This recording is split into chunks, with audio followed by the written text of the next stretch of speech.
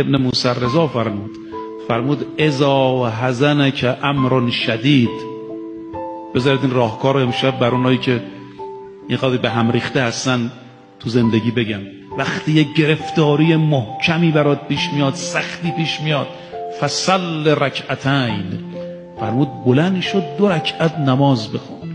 رکعت اول حمد و آیت الکرسی، رکعت دوم حمد و انا انزلناه فی لیلة القدر.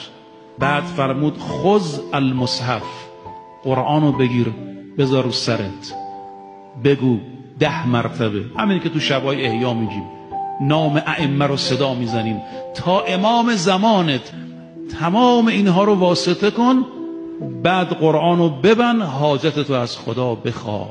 فرمود از جاد بلند نمیشی مگر این که خدا بهت نظر لطف میکنه.